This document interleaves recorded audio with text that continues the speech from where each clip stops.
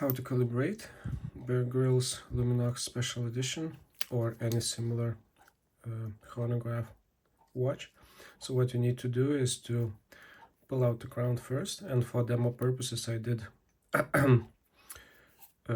misalign the chronograph arrows, so it's now set, should be all zeros, but as you can see it's misaligned, so let's reset it. So it thinks that it's 0, 0, 0.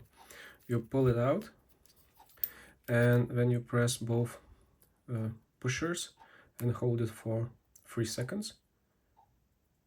Sorry, I didn't pull it out, so make sure it's pulled out fully into time setting. So second arrow stopped, press A and B buttons. That 360 rotation indicates that you are in alignment mode, and now with pusher A you set it to 0. Then you switch to second dial. You again align it so it's 0, and then you go to the third one and again align it to 0. You can try to do it in one go. Nice.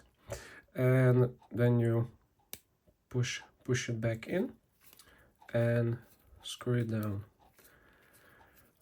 and now as you see it's aligned properly, and when you reset it, it goes back to normal. So that's it.